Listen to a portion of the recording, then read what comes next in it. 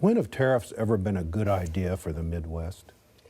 Well, I think the tariff policy is a response to long time history of failed policies. I mean, everyone agrees, even Chuck Schumer agrees, that we have an issue with our trade policy with China.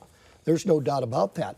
And if these tariff policies eventually work, and I believe they will, and I don't think that's just pie in the sky. I'm basing that on conversations I've had personally with the President of the United States. I believe tariff policies, if focused, I believe will work. We've got a new policy that's sitting and languishing in the Iowa House in the federal House right now, between Mexico, Canada, and the United States, and because of Democrats in the House, we're the last country that's going to, and hopefully going to pass that.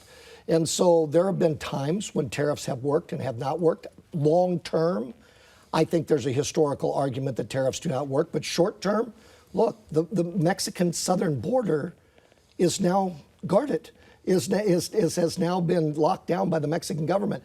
Does anybody think that would have happened had there not been the threat of tariff policy? Are you seeing any erosion among Republican support in rural Iowa for the president because of his tariff policy? David, I'm actually not, and the polls will prove that out. We have had journalists, primarily national journalists, but some state journalists throughout Iowa, trying to find that farmer that is opposed to the tariff policy, and you can find them. There's an organic turnip farmer in Johnson County, I'm sure, that doesn't like the tariff policy, primarily because he doesn't like the president. But overall, I think the Republican stronghold in rural Iowa is holding.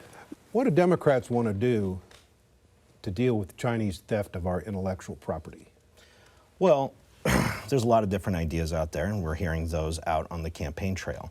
But the one thing that we don't want to do is have this be a tariff war, a trade war that's being waged on the backs of Iowa farmers. I mean, you know, it's not just rural farmers that are affected, it's rural communities like where Jeff lives, where I'm from, that are affected by this. I've talked to several people out there, some within my own family, who have seen a tough winter that they just had. It means people are pulling back, people are doing that. And so we need something different. Listen, I don't have the answers on Chinese intellectual theft, but our candidates are talking about it, and that will be part of the conversation in this primary.